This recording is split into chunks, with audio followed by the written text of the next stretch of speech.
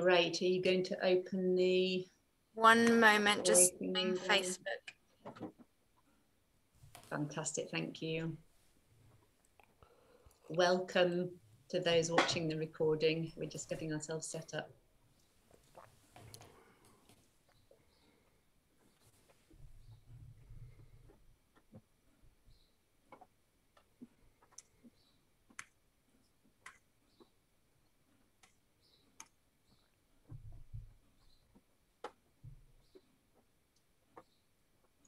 Fantastic.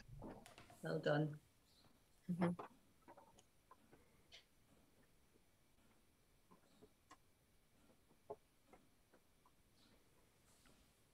Hello, everybody. Welcome.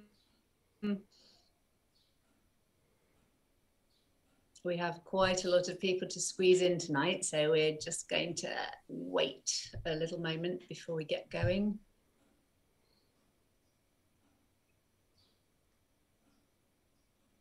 Great, lovely to see you. Oh, yeah.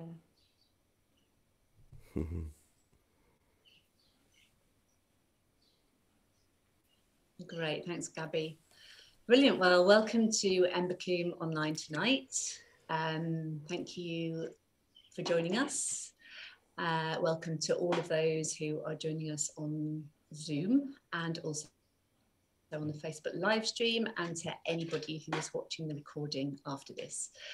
We're super excited tonight because we have Iain McGilchrist with us, and he is talking in our Contemporary Animism programme tonight. So for those of you who aren't familiar with that programme, it's really about how we as human beings see ourselves at this moment in these unfolding times. So we've invited Iain because we feel that he's got a rather particular viewpoint on that. That is to do with how our brain is wired. Iain is a psychiatrist and an author. I'm sure a lot of you will have read his fabulous book, The Master and His Emissary, and he has a new book out called The Matter with Things, which we are going to talk about tonight. So, hi Iain, hello, thanks for joining us. Hello, thank you so much for asking me along. I hope we'll have a fun conversation. Yeah. Just a little bit of housekeeping before we dive in. We have got an hour and a half scheduled for this talk. We'll see how we go. We'll see how much juice we've got. What we'd like to do is just talk to Iain for about 40 to 45 minutes and then open it up for questions, and I'm sure there will be many of them. You're very welcome to use the chat. Just to say, if you've got any questions in there, I might not be able to spot them while we're talking. So if you put them there, it may be that we ask you again when we open up for questions to repeat them or to put them in the chat again.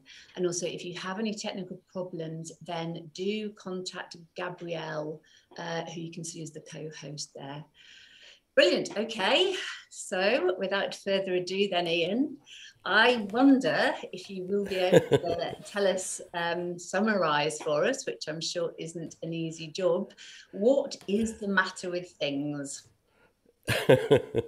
Well, as you will probably all agree with me, something is the matter with things, because the situation, the predicament in which we find ourselves seems to me fairly grave. So at one level, the topic of the book is why we're in the mess, I take it, that we are in. Other parts of the title refer to other parts of my theme. So one of the reasons I think that we are in the difficulties we're in is because we think in terms only of a material world, matter, and one that is therefore made up of things. To cut to the chase, I believe that things are a perfectly acceptable shortcut in our thinking. I don't mind carrying on referring to things myself, but I think that underlying them there are processes and encounters rather than the sort of isolated entities that the word thing tends to conjure up. And the story of this book, in brief, is quite funny, really. I wrote a book called The Master and His Emissary, and that came out in 2009.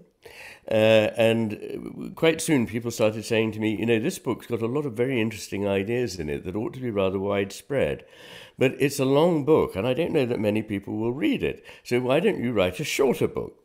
So I then got a contract with a well-known publishing house, Penguin Random House, to do a shorter version. And as soon as I started doing it, I thought, well, there's nothing in this for me. What on earth is the point in spending whatever years I've got left saying much more crudely and less interestingly something that I'd taken pains to say with greater subtlety at greater length? And also the statistics proved that it was wrong that people weren't reading it. Well, at least they were buying it. So I didn't feel the urgency to do that. But what came out for me was the need to explore the philosophical consequences of the idea that each part of your brain, each hemisphere of the brain, is capable of sustaining consciousness on its own, and the version of the world that it brings into being for us is different in either case. And in the end, they're not strictly compatible. With a certain degree of fudging, we can get by. And we're not aware of that fudging going on until we start thinking explicitly about it. And this really came from trying to answer some fairly profound philosophical questions, because I do think we're at a great turning point in the history of the West. It may turn out to be the last turning point in the history of the West. I hope not. But I think that we risk bringing many things down with us through our short-sightedness and the way in which we think about the world as a heap of resources for us to use in any way that happens to suit our purposes for the time being. And the questions, therefore, are, who are we? What is the world? And what's the connection between them? What are we doing here?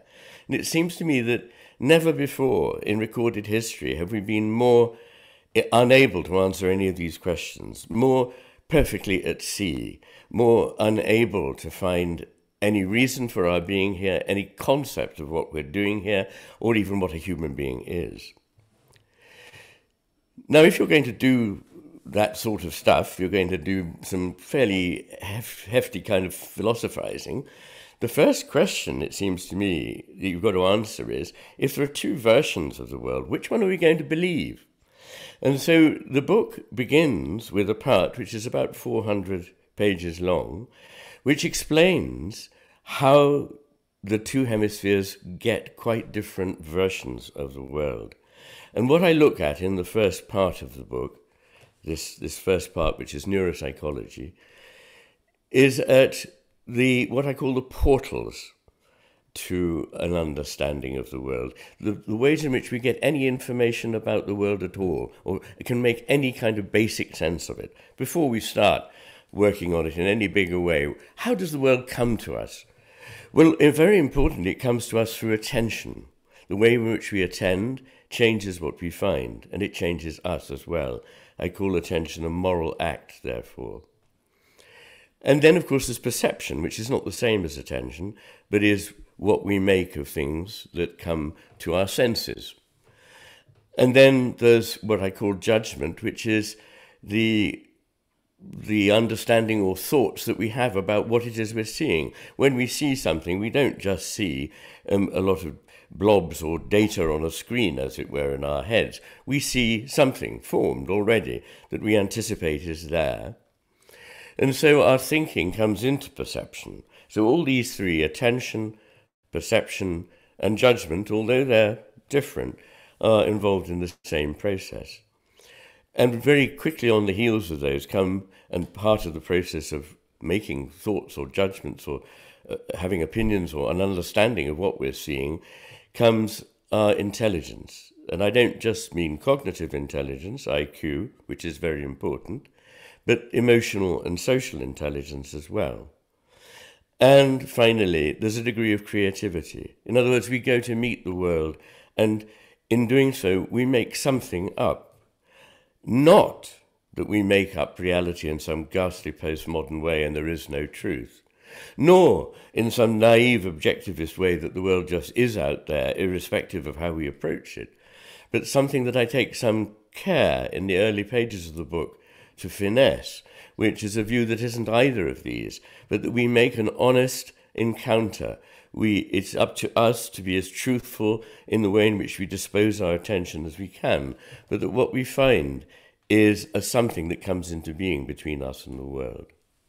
And what I show, in brief, in part 1, which consists of 9 chapters, is that in every case but one, the right hemisphere is more veridical, more reliable than the left. It gives a better picture of reality by any measure that we can take.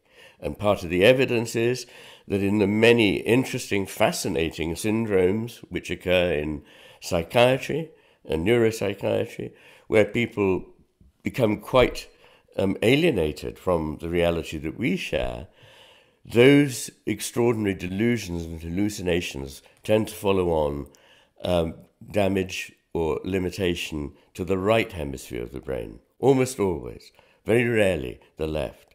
So the building of a true world for us to inhabit, experience and share is the task of the right hemisphere. And the left hemisphere's task, meanwhile, is simply to enable us to exploit it, to manipulate it, to use it. So I make a distinction between apprehension and comprehension. Apprehension sometimes is used to mean understanding, but I'm using it in a slightly more restricted way, governed by its etymology, which is to grasp hold of something, to latch onto it in order to get it, and to have it, to possess it, to use it. And don't forget the left hemisphere controls the right hand, which for most of us is the grasping hand, and controls those aspects of language which enable us to speak about things and say, I've got it, I've grasped it.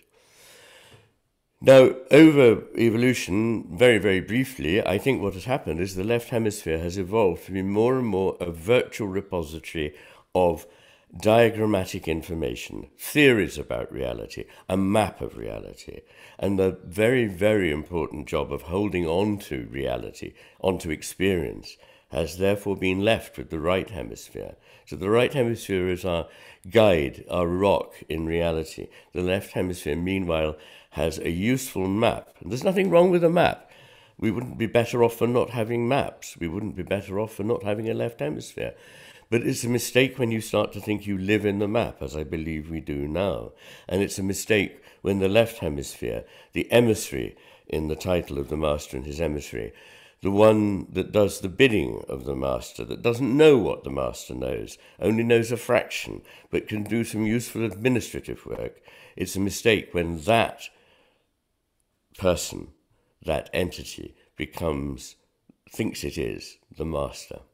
And that's when things go wrong. So then the second part of the book, and this will have a culmination fairly soon, I go into is quite easily and briefly described. It's epistemology. Epistemology is that branch of philosophy where we say, how is it that we get to know anything at all? So when we've done all this business of gathering information through what I call the various portals, as discussed in part 1, what path do we take in trying to understand the world, make sense of it? What do we rely on for truth? Well, most people would say science, and I wouldn't disagree with that one bit. And a lot of people would say reason, too. I think those would be the two top choices, and I don't demur from either of those. They are of critical importance, and they both seem to me under attack from people who mean no good in the world we're in now, which is not to say that they can't be valorized, vaunted, and make claims that they can't fulfill. That is certainly true. But as long as their claims are reasonably modest and realistic, they are essential to us. But there are two other ways in which we can make sense of the world that have fallen on harder times and are not so much valorized these days. And those are intuition and imagination. And I believe, in fact, that intuition, in particular, has been subjected to a motivated attack in which we've been taught completely to undermine any confidence we have in our intuitions. This is very dangerous. Our intuitions can certainly lead us astray, but so can pure reason and science. They all involve intuition. In fact, most of what is good about using reason involves fusing a kind of logic with experience and intuitive understanding of a situation. Most of the great breakthroughs in the history of science and mathematics were not, in fact, made by following a sequential routine, a set of algorithms, as we are sometimes taught to believe, but were made actually by intuitive grasping of a whole, of a gestalt, of a new form, seeing a pattern, and there was an aha moment and things fell into place. So these things are enormously important, and indeed I argue that imagination, unlike fantasy, is not something that takes us away from reality, but is in fact our only chance of really feeling our way into reality, experiencing it for the first time and understanding it. And then we come to the third part of the book, which is metaphysics, which is to say, so now we've decided which versions of the world we're going to think are probably more reliable. Now we've seen the ways in which we need to bring to bear our understanding using all those faculties, reason, science, intuition, and imagination. What do we find when we look at the cosmos?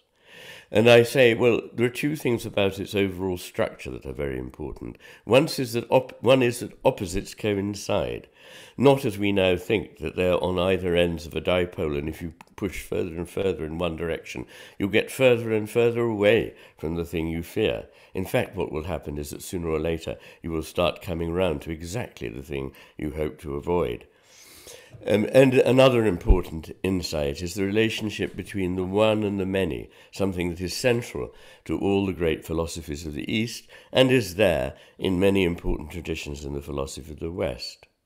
And after that, I go on to look at the building blocks of the cosmos, as those of us who think in such materialistic terms would probably term them. So what is the cosmos made of? Time, space, motion in the form of flow, matter, consciousness. So far, so good.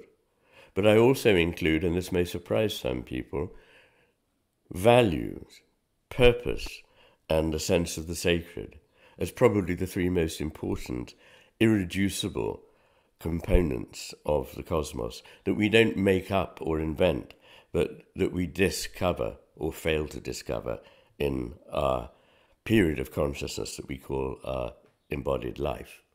So that is a guide to the book. I'm sorry it took me a little while, but there's quite a lot in it to cover, and it's, I'm afraid, a long, long book. It took me, well, the actual writing took me 10 years, but I've been gestating it for about 30.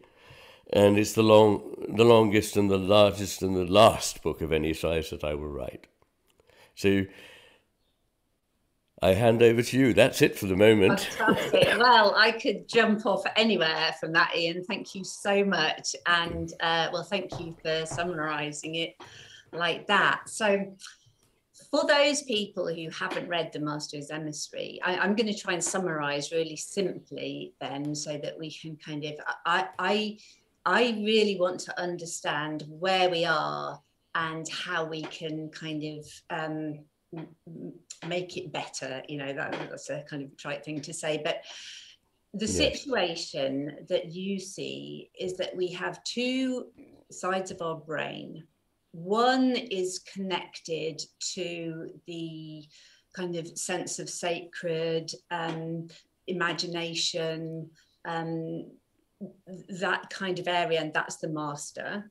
Then we have the left side that is the kind of servant of it, and is the map maker and the data analyzer and the kind of the hook into our everyday world.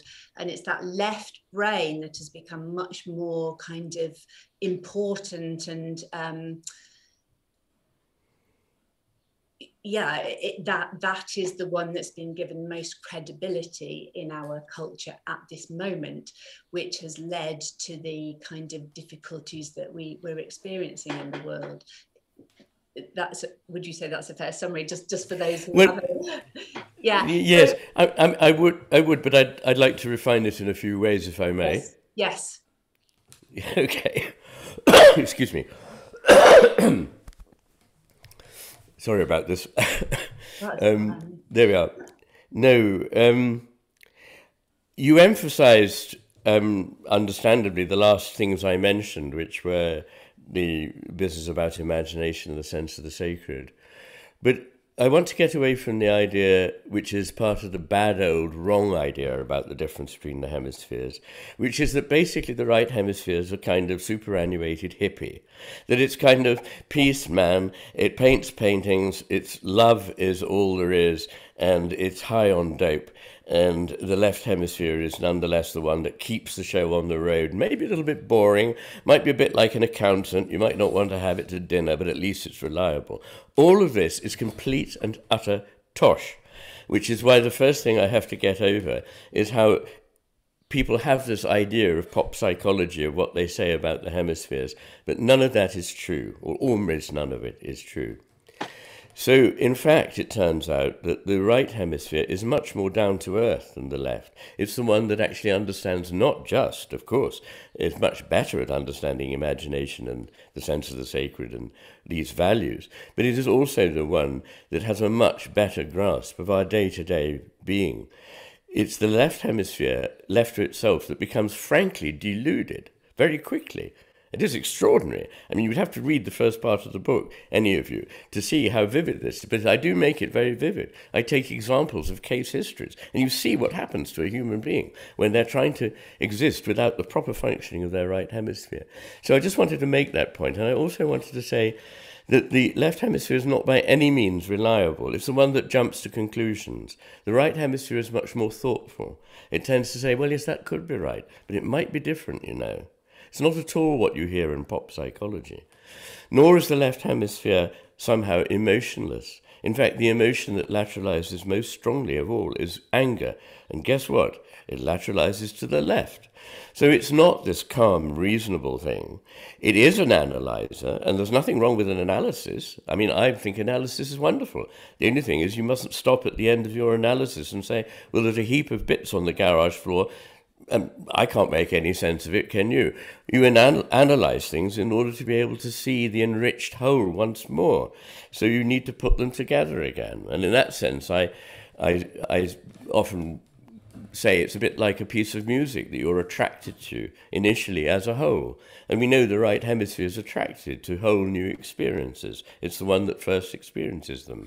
But then if you want to play it, you realize you have to practice bits of it. You have to break it up. You have to look at its theoretical structure as a sonata or whatever it might be. And that's the job of the left hemisphere.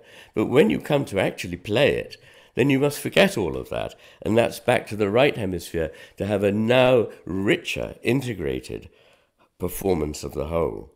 And what seems to me to happen in our world is we take things apart. We do the left hemisphere's bit and say, well, it all appears to be made of matter. I can't find any values in it. It all seems to be rather meaningless, and all the bits don't relate to one another. That must be what the universe is like. That's the predicament we're in. And so, just very briefly to outline what these different worlds look like, the left hemisphere's world is one made up of fragments that are not connected until we put them together. These fragments are certain. They're things that it's familiar with, that it knows already, that it has a category of. So, I see, it's one of those. I can put it in my box of those. Got it. So it has things that are fixed, certain, known, sterile, isolated, decontextualized, abstract, disembodied, and basically inanimate. And the right hemisphere sees, meanwhile, a world in which everything is ultimately interconnected. Nothing is wholly isolated, in which everything is moving, changing, and flowing, not static and known. It's always becoming something new. It is, in fact, the hemisphere that understands the unique, not just the general case. And for it, the implicit is at least as important as the explicit. The embodied is more important than something that is totally disembodied. And it sees the world as fundamentally animate. So I think that's important to get straight at this stage in the evening. And just to go back to your précis there, the second half of the Master and His Emissary is a review of cultural history from the Greeks up to the present day. And effectively what I suggest is that 3 times in the history of West, we've had a very highly productive, fertile synthesis or symbiosis of the best of what the left hemisphere can give with the best of what the right hemisphere can give. The proper relationship between the 2 hemispheres, in which the right hemisphere is the master, but the left hemisphere is doing good work as a faithful servant. But that in each of these 3 cases, we degenerated into the loss of a civilization by going further and further towards the worldview of the left hemisphere. This is what happened in Greece. This is what happened in Rome. And this is what is happening, I believe, now, since the Enlightenment, as we go further and further into a world of sterile, bureaucratic, metrical analysis of the world, in which everything that matters is left out. Why do you think this is how the brain has evolved? Do you give a kind of theory about well, there are 2. Yes, I suspect you may not be asking me the question, why did the brain evolve to have these 2 different hemispheres? You're asking me why in each case did this civilization drift in that direction. Have I understood your question right? Yeah, I'm actually asking you both. I'm aware we've got little time. I kind of wanted to know the first one before we went on to the second one. But well, the first one can be stated rather simply. It's that every creature, every living creature, needs to solve a conundrum, which is how to live and yet remain alive. That sounds paradoxical, but in fact it's a very important point, because in order to live, it has to get things from the environment. In the first place, it has to be able to eat. That means seizing on something that it needs accurately, swiftly, and being able to take it for its own use. And then it moves on to being able to grasp things in order to make clothes, to build shelter, for a bird to build its nest. For us, in other words, to make ourselves secure in what we call our environment. And that means paying a very highly focused, detail-orientated, narrow beam attention to something that we already know what it is because it's the thing we need now and we're going to get it. However, if that was the only attention that the creature was paying, it would become somebody else's lunch while it was getting its own, because it has to be able to take in the whole picture of the world at the same time, which is literally everything else. So predators, yes. Conspecifics, yes. Its own young that need feeding, yes. Everything that is happening, apart from the business of grabbing and getting. So that's how it evolved. And in the human being, it's simply gone to a rather extreme case in which the left hemisphere is only interested in matters of manipulation, and that is its raison d'etre. And all the rest about understanding has been, as we're left with, the right hemisphere. The other question, why do we always move, it seems, in this one direction, is not to do with evolution. I want to get that idea out of the picture. I'm not suggesting that if you scanned people's brains 2,000 years ago, you'd find something terrifically different going on. I think the brains would look largely the same, and probably a lot of the functioning would be quite similar. But it is more to do with the functioning than the structure. So it's more like this. Suppose you buy a radio set. You've never had one, and you're delighted, and you find a couple of radio channels that are just the thing for you, and you start listening to those. But after a while, you tune in only to one. The radio set will bring you just as many channels as before, but you've decided to tune into only one. That is what happens. It's not that we can't, it's that we won't. We've disattended to a whole area of our potential experience. And I think that's to do with a number of things. One is the seductive value of grabbing and getting. It makes one rich and powerful, and that is enormously heady, and unfortunately people don't want to give it up, quite understandably. And what happens to civilizations is they overreach themselves, either militarily or in terms of geography or in terms of a commercial empire, as the West now has. So in those circumstances, you're trying to deal with something much too big, and everything subtle, everything individual is lost under the rolling out, as we say, of some new algorithm that will sort all our problems out. So this way of thinking becomes entrenched in a civilization. It becomes less human, less flexible, less alive, less certainly subtle, much more black and white, either or, all or nothing in its way of thinking. And this, of course, spells disaster, because the world is nothing like that, actually. So I think that is, in brief, what happens.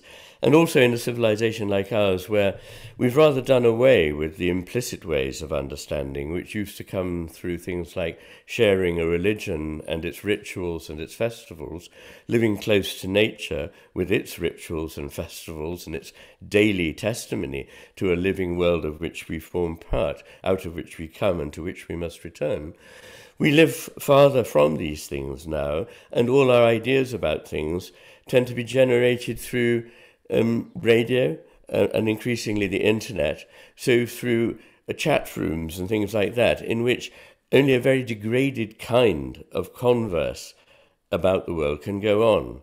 There's no room for all those subtle things that are expressed in poetry, in tragedy, in narratives, in myths, in music. Instead, our world has been reduced to a very pedestrian one, and in that world, I'm afraid the left hemisphere has full reign, because it's the one that can do, believes, in fact, its own very stupid, simple sound bites.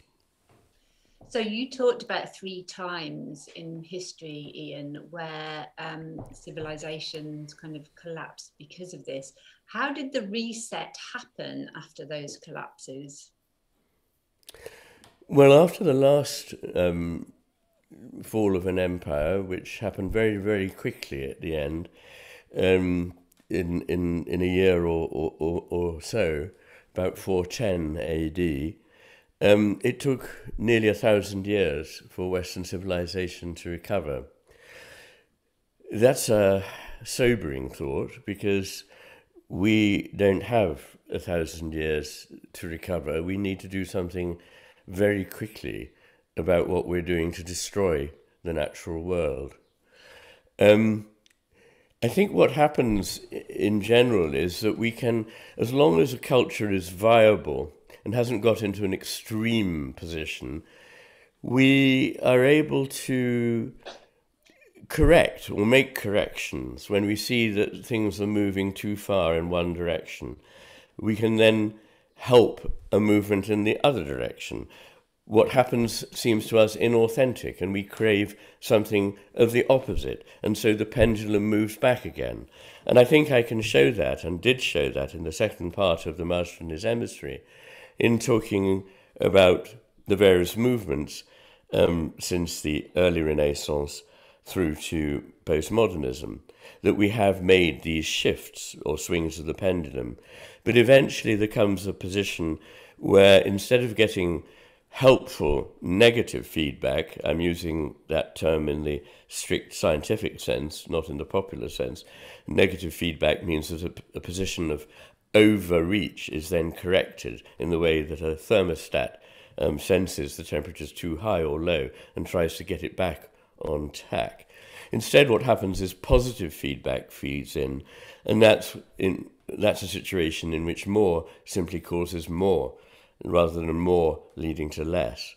And I think that's the situation we're in now, of positive feedback, in which more of the same thing that we have been doing is cried out for, demanded on all sides.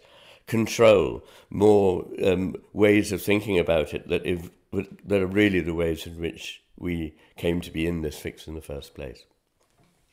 So we move to the remedial bit then. Do you think it's possible to kind of remediate now? How do we go about that? I do. I think it is possible, and I think it's absolutely essential that we begin where we are. We can, of course, move in the bigger, more public arena. Some of us more likely are able to do that than others, but we can all begin from the lives we lead, and indeed nothing more of us can be asked morally than for us to do the bit that we can. But it is very important that we do what we can. And I used to think that most of this was addressed to the very familiar topic, which thank goodness people are very much more aware of than they used to be, of the destruction of what I call nature, but other people call the environment. I call it nature because nature puts us in touch with the female goddess. It actually means something ever about to be, whereas the environment is some ghastly technical thing. You could have a department of the environment which surrounds us and which is not us, but in fact nature is us. We are part of nature. That, I think, of course, remains, if not our most pressing concern, certainly one of the two. But the other one that now troubles me more and more with every passing month is the acceleration into destruction of our civilization. This is happening in many ways. It's happening through the all or nothing, black and white refusal to carry on a civilized discourse with people who disagree with you, in which all the many subtleties of various positions can be teased out. It's happening very much to my grief in universities, a place which hold, in some cases, 1,000-year-old tradition. My alma mater, Oxford, 1,000 years of holding together the thinking and the civilization that we are heirs to. And it's rapidly being destroyed by a kind of newspeak in which words have their meaning inverted and things can't be talked about and so on. This is an utter tragedy. It will destroy us perhaps even quicker than the decline of nature, because this could lead to societal breakdown. And when that happens, there will be more immediate and greater infliction of damage than will happen through the environmental or natural catastrophe that we also face. So we need to be aware of both these things and resist them, not to fall in also with bureaucratic ways of solving things. These are a hopeless quagmire. Every useful institution, a hospital, a university, anything that I know, is now swamped by an exponentially increasing burden of bureaucracy. And when you talk to the bureaucrats, they themselves are swamped by it too. They can't do anything about it. It's completely mistaken to think that you know, in that way that we do, that there's some, you know, our paranoid fantasy that there are people trying to control the world. I don't think that's right at all. There are things that are bigger than us, and they're controlling us. So that even when we think we're doing the righteous thing, we're actually helping to destroy. So we need to be very self-critical, and we need to be aware not to blame other people for what is happening, but to see these bigger patterns and to stop the worsening of this decline into the virtual world of bureaucratic solutions, managerial overload, and start thinking in a passionate but compassionate way about the world that we share with other human beings. A bit of humility, a bit of awe before the world, and a bit of compassion above all for other people who don't see the things the way we see things. We may not be able to see everything. In fact, I think that's probably the underestimate of the year. Great, thank you, Iain. I'm going to open it up to questions in a moment. So if you have a question for Iain, if you could raise your hand digitally, that's the best way for me to see you. Just while we're waiting for people, Iain, just to kind of finish that then, well, not that it'll ever be finished, but so we talk about it in ways of reanimating ourselves, you know, and I love the way you said, you actually used the word animate and inanimate when you were talking about the different sides of the brain. You know, absolutely. We talk about practices, you know, of kind of working with our relationship with nature, understanding ourselves as part of it. Can you kind of, from a brain perspective, think of practices? You gave some things there about ways to think, but have you got any more thoughts on that? Yes, I certainly have.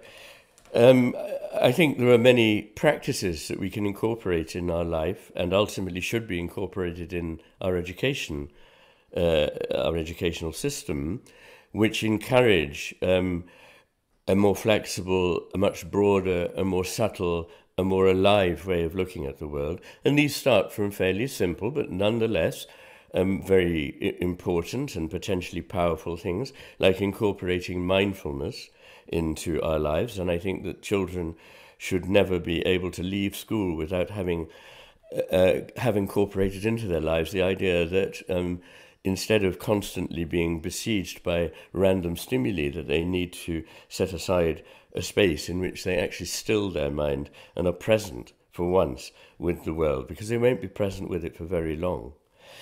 Then, of course, there are the other things that I mentioned earlier that give richness to life. Religion with its rituals, spiritual practices, engagement with the arts, as we say now, but are really the means whereby we understand the deeper meaning of the cosmos, through poetry, through narratives, through myths, through art, through music. These things are so powerful, and unfortunately we're driving them out of our educational system because it's thought that purely technical subjects are more important. Well, of course, if your left hemisphere is the one that's in control, it's only interested in grabbing and getting and manipulating, and those are the tools of the left hemisphere. Now, don't get me wrong, I'm not denigrating them. I'm not denigrating people who do them. They just are only one part of the mix. We wouldn't be better if we didn't have people who knew how to operate machinery, who knew how to think in certain ways. It's valuable. The problem is when it becomes the master. I can't emphasize that too much, because sometimes people think I've got it in for all kinds of ways of thinking and being in the world. I only have it in for the fact that they now dominate and have driven out the other important elements. So I think those are some of the important ideas, none of them very original. But I do want to just emphasize that when I say the right hemisphere sees things as animate and the left inanimate, I mean this very literally. That after a right hemisphere stroke, people will see things that they used to see as alive, as no longer alive. They'll see people perhaps as zombies, machines, cyborgs, the way in which, of course, our culture is now taking us towards the mechanical, even destroying the human being by turning it into just another not very efficient computer. So that is important. But when the right hemisphere is liberated from left hemisphere input, it tends to see things that we wouldn't normally think of as alive, as in many cultures, non-Western, indigenous cultures, do in fact see parts of the world that we call inanimate as alive.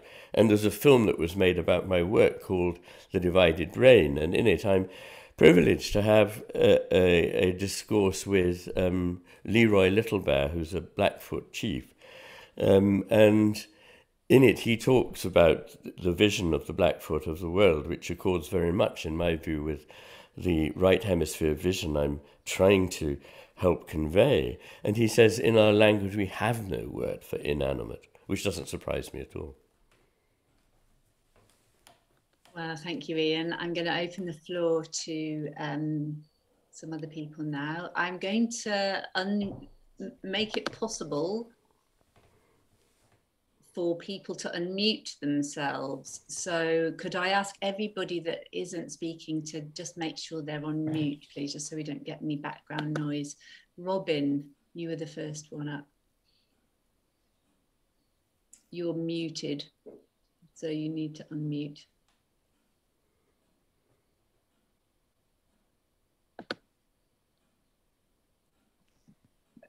Yes, success. I think I'm unmuted. Fantastic. You are now unmuted. I can confirm. Yes. Well done. Oh, thank you. Well, may I make a few remarks in the direction of synthesis? I don't mean syncretism, but genuine synthesis.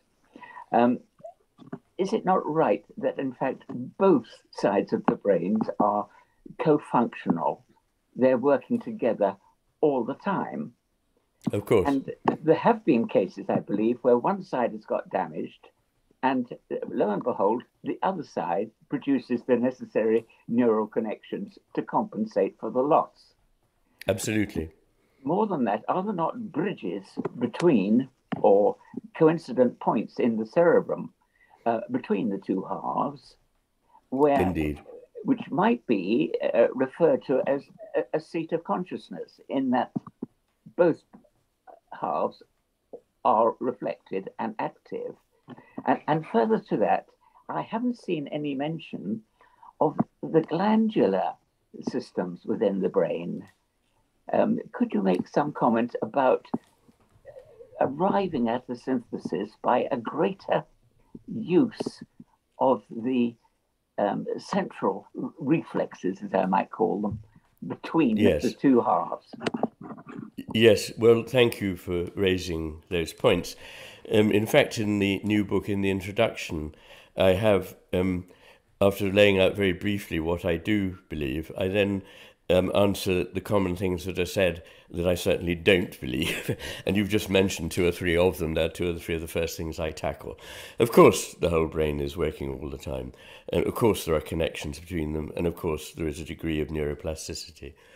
But the point I'm making is not dependent on any of those. It is that nonetheless, these two hemispheres give rise to different versions of the world, and that when we're drawing on them, whether explicitly or implicitly, these are the worlds that we go to make up our reality. But you're perfectly right to emphasize that in real life, there's constant balancing of the input of each hemisphere at the millisecond to millisecond level. There are two things to say about that. One is that we think this actually happens, at least to some extent, in the midline, in an area of the midbrain, which is the top of the brain stem. It's not the middle of the brain. It's a technical term for the top of the brain stem. And forgive me if you're a neuroscientist, as I suspect you probably are, for explaining that. It is at the top of the brain stem, and there's an area there, the tectum and possibly the tegmentum, that are involved in a meta-control center in which attention is diverted between the two hemispheres. But also the right hemisphere has the greater part to say in the direction of attention at any one time, which is interesting. And then there is the corpus callosum, which is the main band of fibers that connects the brain at the base. Just a few very simple reflections on that. Until you get to mammals, there is no such thing. So until you get to mammals, the two halves of the brain are really quite separate. So birds, for example, don't have a corpus callosum. Reptiles don't have a corpus callosum. But mammals do. Interestingly, as we have got more sophisticated, the size of the corpus callosum in relation to the size of the whole brain has got smaller, not larger, and its function has got more and more inhibitory. So only 2% of neurons actually cross that commissure, and mostly what they're doing is saying, you keep out of this, I'm dealing with it. There are, as you probably know, a couple of other really tiny commissures, the anterior and posterior commissure, but they're not really relevant to this discussion. And you again, quite rightly, and I'm glad to hear you say it, mention the whole business of how the two halves of the brain, as embodied in a whole body around which endocrine hormones are circulating all the time, is receiving similar information, even if the two halves are disconnected, as in post-callosotomy patients, so-called split brain patients, the two halves are. So people are sometimes surprised at how well they communicate in such patients, and to begin with there may be a few teething problems, but after a while they settle down to a fairly amicable relationship, partly mediated by exactly that fact that you mentioned. Yeah, thank you very much. Very good points. Thank you, Robin. Mark, you were next.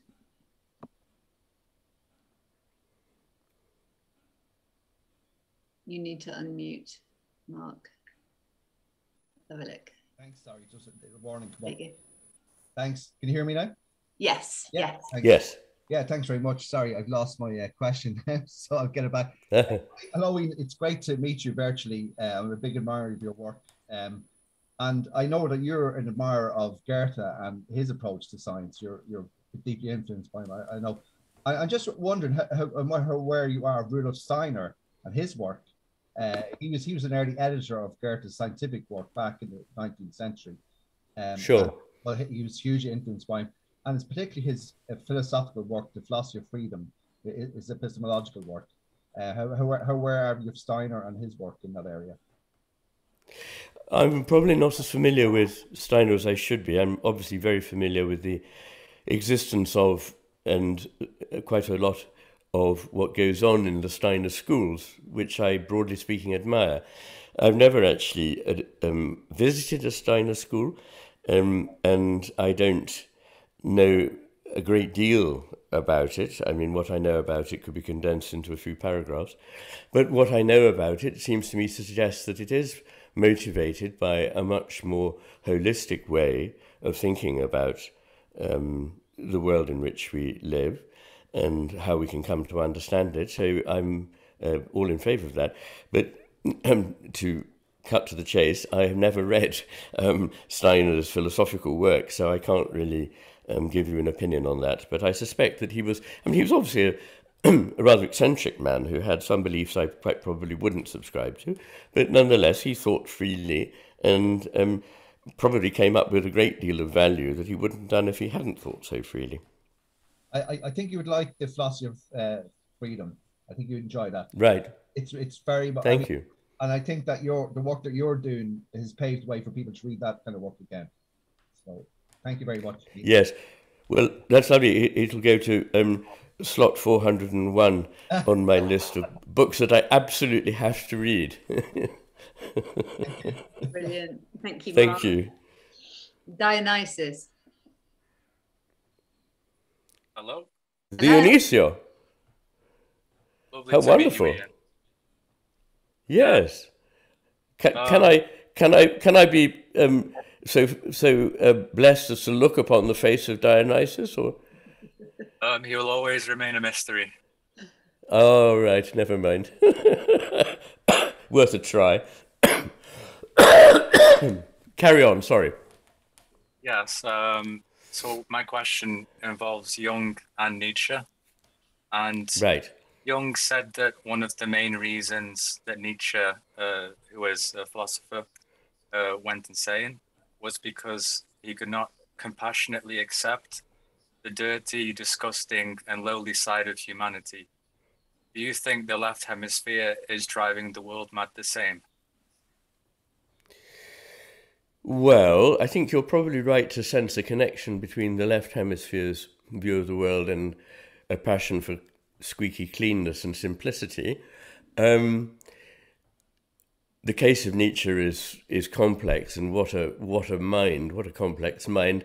And I wouldn't like to be, retrospectively summing him up with a medical diagnosis, though I think that one or two to do with tertiary syphilis, for example, have been put forward. But he was, I think, a very complex man, and you can find support for almost any point of view and its opposite in Nietzsche, which I don't say in any spirit of mockery, but one of reverence, because in fact he saw that things and their opposites are very often true, which is why there is an allegiance to both the need for the Dionysian and the Apollonian. Certainly there is in my philosophy. So, yeah, I thank you for pointing that out. I'm also a great admirer of Jung, by the way. So these are two philosophical thinkers that to whom I would have to pay tribute because I've learned a great deal from them. Not enough, perhaps. Fantastic. We're getting loads of philosophy questions tonight. Charlie, you're next. Yeah, the question I wanted to ask has to do with memory and sense of self. I'm particularly interested in how episodic and semantic memory play out. And kind of as somewhat of an aside, how do you deal with the binding problem in neuroscience? And how does that have to do with developing or understanding a sense of self? Yes, that's a good and taxing question. I my take on it is that, having explained in The Matter with Things in greater detail how I believe the brain functions, I see the binding problem, which, for those of you who are not familiar with the term, is really the idea: how do all these neuromodules that give us aspects of experience, how are they made to cohere in one seamless vision of the world? What I believe I see is not that modular brain, but in fact a brain which is more fractal or holographic, in that different parts of the brain have understandings of other parts of the brain. This is something that we see more and more, not just actually in human brains, but in nervous systems in general, that they can detect that there is a problem that is, as it were, remote in terms of the network from itself, and is able to make adjustments for it and to act in the light of the whole. So I think the binding problem is partly a product of a mentality which says we start from the bits, the left hemisphere's idea, and we build up to something we put together out of that. Whereas I start exactly the other way around, with the idea that there is a whole in which things can be discretized or individuated without being made wholly separate from that whole. When the human body comes into existence, it is, of course, not as though a heart is made and a liver is made and lungs are made and then they're put together to form a body. The body comes into being at the same time that all the organs come into being. Those are, if you like, the modules of the body, but they come into being absolutely as the body itself comes into being, and they are really just part of that whole body, which does the acting and the understanding for us. And I see the brain by analogy with that. Is that any help? Yeah, but my first question was about the sense of self and its relationship to memory, but yeah, I guess the question would be, if causality is local, like a lot of people in science believe, how does that communication? There must be some kind of relationship between communication and causality, I know you embrace the idea of panentheism, and there's a lot of people in science that are going in the direction of panpsychism. So do you see consciousness as having causal agency? Or I'm kind of just wondering, how does this happen? This sense of unity is that you referred to. Yes. Well, to answer that brief point, I certainly see consciousness as having capacity to cause things. It's indisputable, I think. But again, I sort of feel that the answer, which you may not like, is that a problem is only as hard as it's set up to be, starting with the hard problem. If your hard problem is that you want to get consciousness to emerge from matter that has wholly nothing to do with consciousness, you've got a hard problem. You've got an insoluble problem.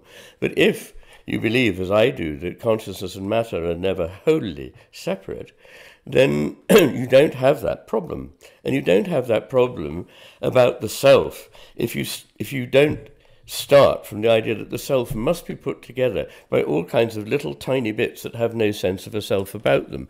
I think that the self is an immediate aspect of our experience, which we can then break down into finer parts, but it's experienced as one, and as I say, different parts of the whole of our consciousness and the whole of our brain are aware of other superficially remote parts of the brain.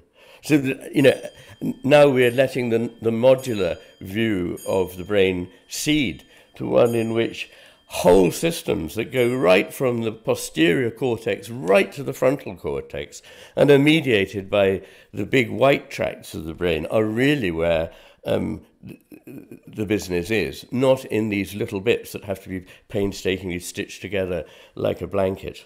So, I mean, that's the way I see it in any case. Oh, just for the record, I wholly reject the idea of building things up from the parts. Mechanistic materialism is something I rejected from when I was in high school. But What about the question of memory? I mean, if a person has no memory, can they have a sense of self? I mean, that's a very, you're bringing up several really enormous questions, one after the other. The relationship between memory and the self is a difficult one. On the face of it, people who have no memory must find it very difficult to have a continuous sense of their self. And we know, and you probably know, of cases of people who've had herpes simplex encephalitis, and their temporal lobe memory stores have been effectively completely destroyed, and who lead life from moment to moment without any memory of there being any antecedents. That's a slight simplification, but there it is. But they do nonetheless seem to have a sense of themselves. So I think this is an area in which all I can say is we need to learn more. Fantastic. Thank you, Ian. Thank you, Charlie. I'm going to ask one more person to ask their question, and then I'm going to move to some of the questions that are coming up in the chat. Are you okay, Ian? Can I just quite hard. No. Can I just ask, if I may, to absent myself while I go and get myself some water? Absolutely. Yes. Okay. Yes. Joel, I'm going to come to your question next. If you want to unmute yourself when the moment comes. Yep. So if you have any, I'm getting feedback from Ian's mic now. If you have any questions, do put them in the chat because I'm monitoring them, or raise your hand. You still have about 25 minutes, so we'll see how we go. In fact, it might be a moment for everybody just to have a stretch and a kind of sip of water.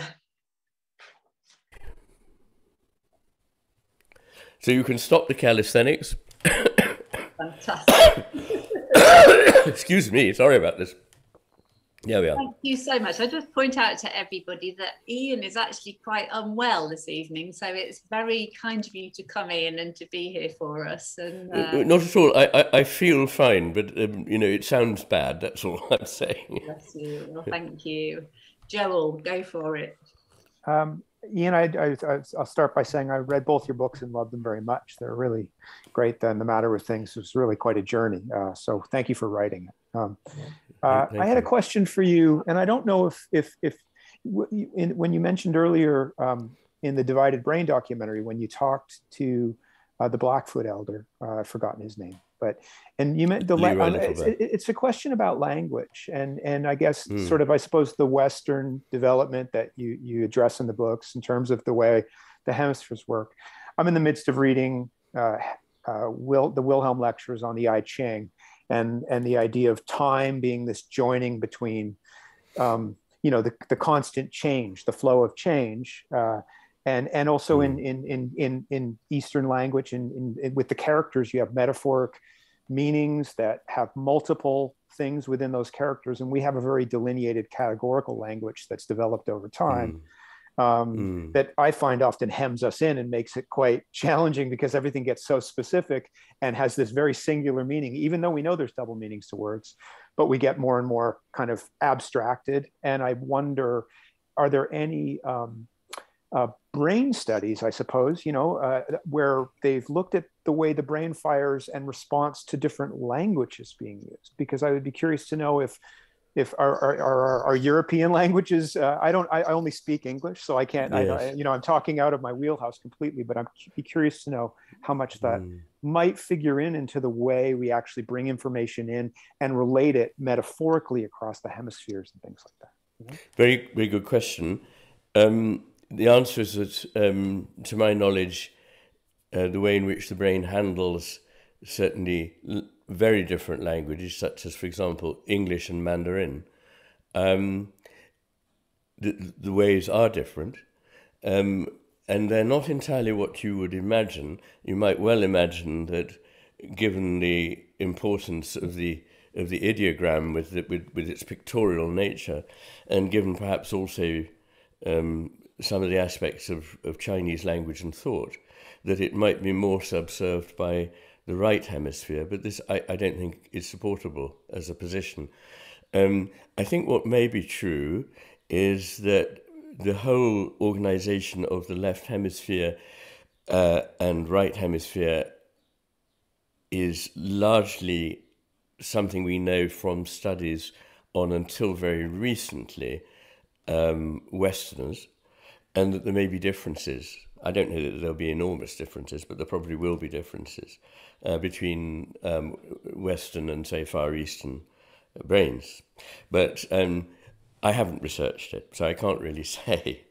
But I do think that speaking different languages is a way of enormously enriching life, because one realizes after a while that certain concepts, certain feelings, certain attitudes towards bits of the world are much better conveyed in one language than in another. And Goethe said something effectively like, however many languages you speak, so many lives have you lived, which I like very much. But I'm afraid I haven't answered your question terribly well. No, that's helpful, but thank you. Yeah. Thank you. Great, thank you, Jill. So we've got a few questions coming up here. There's a lot about sacredness and divine, Iain, and I wonder if you could say more about that. Why is the sacred kind of more important than other values, or things like respect and hope? And I can't remember who asked it, Christopher maybe. Well, I suppose everybody has to make their own decisions about that based on their experience of life and their reading and acquaintance with their culture and other cultures. But I'm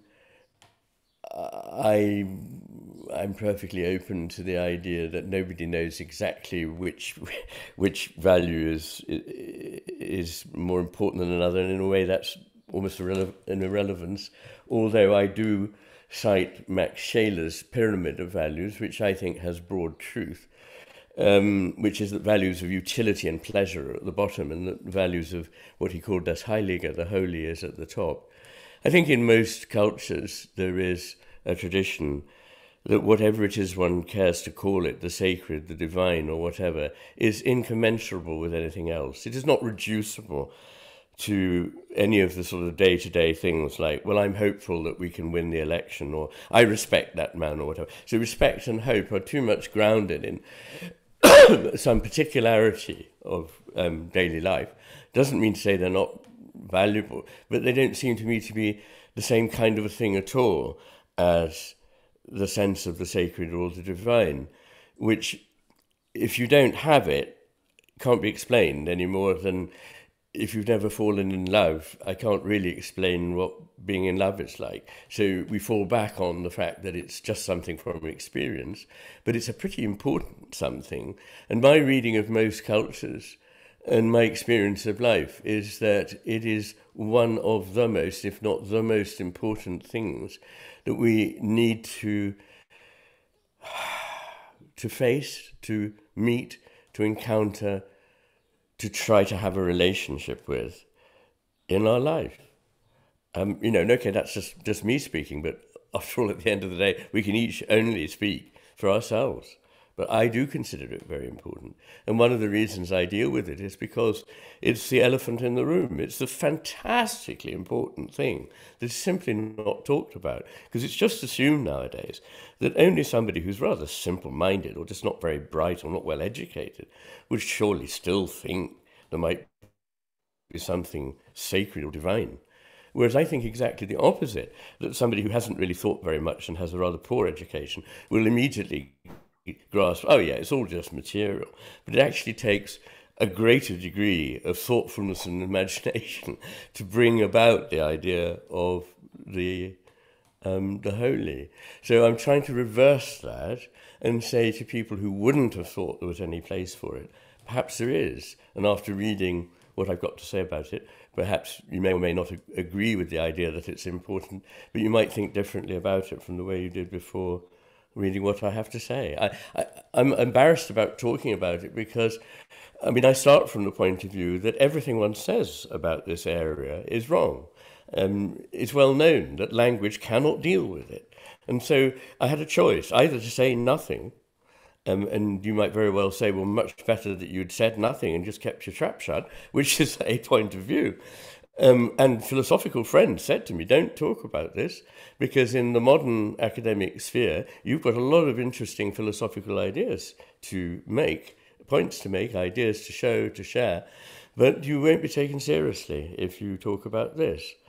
I hope that's not true. I think there's a change, a big change going on in the way in which we now think and talk about that. It's one of the reasons I have for a certain degree of hope. But I had the choice either to do it or not, and I did it knowing that I was going to fail. So I thought the best I can do is to fail the best I can. Because, you know, talking about religion is not something one can do, and it cost me more grief than anything else I've written. I'm still not at peace with it. It took me a year just to write that one chapter. But there it is. I did what I could do. And I feel like saying, as Iago says at the end of Othello, demand me nothing. What you know, you know. From this time forth, I never shall speak word. Thank you. And I've got to ask you about the animism that we talked about, panpsychism there, and to me, animism kind of is related to that. What is your feeling about kind of the animistic world, you know, to talk about the sacred and divine? Do you think it's important that as human beings we kind of appreciate and realize that we are totally interconnected? Is that one way of, you know, redressing the balance? Well, I think what I'd say is this, that you certainly won't know anything about it if you don't put yourself in the way of experiencing it. So if you just say, well, I don't believe in it, nothing will interrupt that knowledge that you are right until the moment you die. But what I'm really just saying to people is, it's worth opening yourself to the possibility, because you have no idea what may come if you do. And that opening of oneself in an act of reciprocity, in what I call active receptivity, in other words, not just sitting and waiting, but actually actively straining one's ear, one's attention for something that may speak to you. I believe that's how all creation happens, including the coming to artists of their works of art. And I think to all of us, out of this realm that I, don't have the right language for, but would have to call the sacred. And I think it's a brave person who thinks they know it doesn't exist, and they know it doesn't matter. I know very little, virtually nothing about it, except that I think I've got an inkling of what's meant. And curiously, that inkling is that it's terribly important, and that I mustn't switch myself off from the possibility of its experience. Great, thank you. And a question, well, two last questions, I think. First of all, purpose. Somebody here talked about the importance of purpose, and I wondered if you had anything to say about that. Yes, I do. What I want to do is say two fairly simple things. One is that I do not mean an engineering God has got it all worked out, set the machine going, and is just sitting by occasionally approaching with a can of oil if the cogs look like they're getting a bit sticky. That's not what I'm talking about. That is, in fact, the perfect expression of the left hemisphere idea of what a God would be like if God existed. He'd be an engineer. What the left hemisphere really understands, made a machine, set it going, all powerful, all controlling. It's me. In other words, the left hemisphere has apotheosed itself as God. And that's not what I mean at all. But I think that it's blind and practically crazy to suggest that nothing in the world has purposes. This whole cosmos has purpose. It's moving in a direction that one sees of complexification and individuation, without that individuation in any way spoiling the integrity of the whole. And in life, one sees organisms with very obvious purposes. Even Jacques Monod, who was himself thoroughly atheistic, and by the way, I don't think this necessarily intersects with the argument about God. It may do or it may not. Said that it was quite clear that living things have purposes, and you see them going about them. And by the way, scientists, very, very few of them still believe that you have to wait billions of years for some random thing to happen before you can avail yourself of a mutation. In fact, organisms that are stressed can achieve enormous acceleration, like a billionfold of the making of mutations, and even where those mutations will come, and can sometimes find something that suits their purpose in a very short period of time. The shortest I know of is of a creature that was deprived of its cilia, which are very important for motion, and within 4 days had regenerated without having, the gene had been removed. So I think this is, there's an area here that needs thought about, and it's not quite as straightforward as people think it is.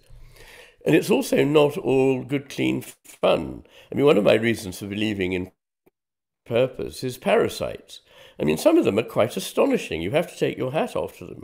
There's one called the zombie ant fungus that you may know about, that infects ants.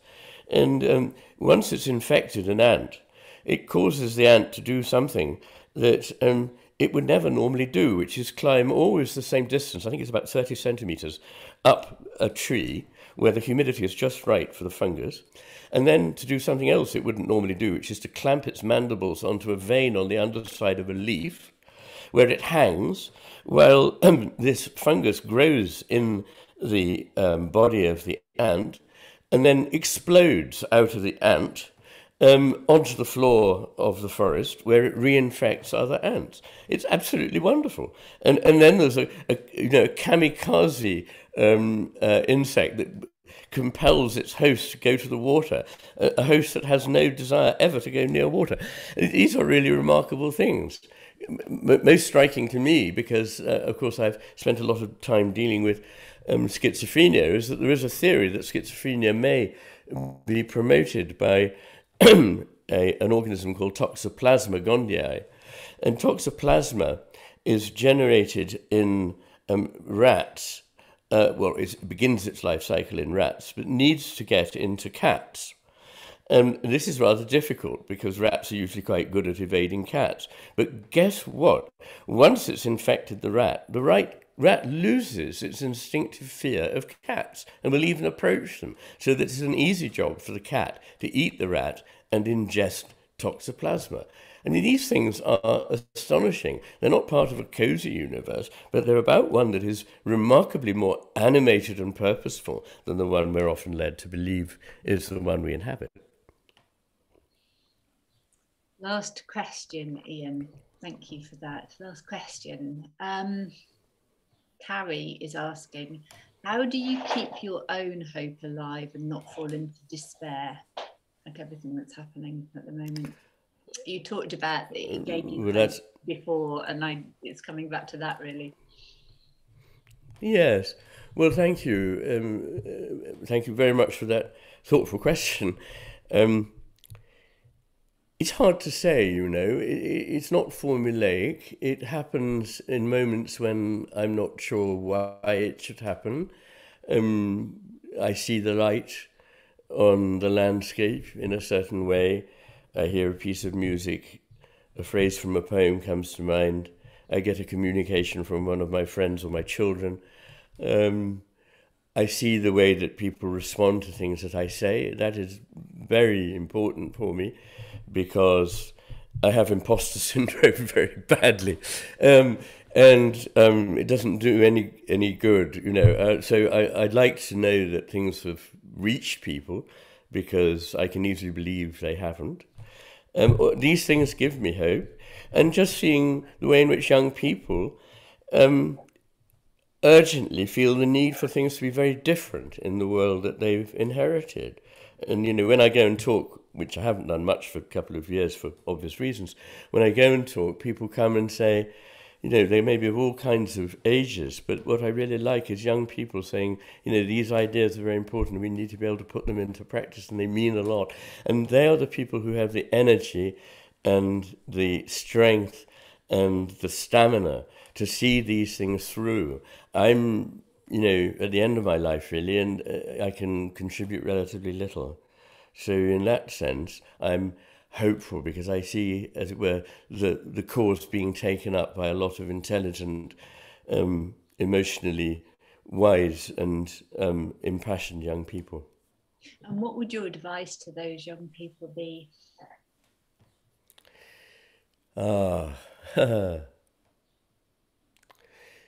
Very difficult, really. Have hope and trust. Question yourself and all the truth you're told, not so as to end up not believing anything, but so as to know that the things you do believe are worthy of being believed. Adopt an attitude as much as you can of awareness of how little any of us knows, and therefore humility before the engines of knowledge that we think we're mastering, and compassion towards fellow human beings. I think that these are the attitudes that actually are instilled in all spiritual traditions, which is another reason why I think they're very important. And I would say, perhaps if you don't, perhaps you could approach incorporating the writings of a spiritual tradition in your life. I mean, just get a copy of the Tao Te Ching and start reading it. That's how I started. Or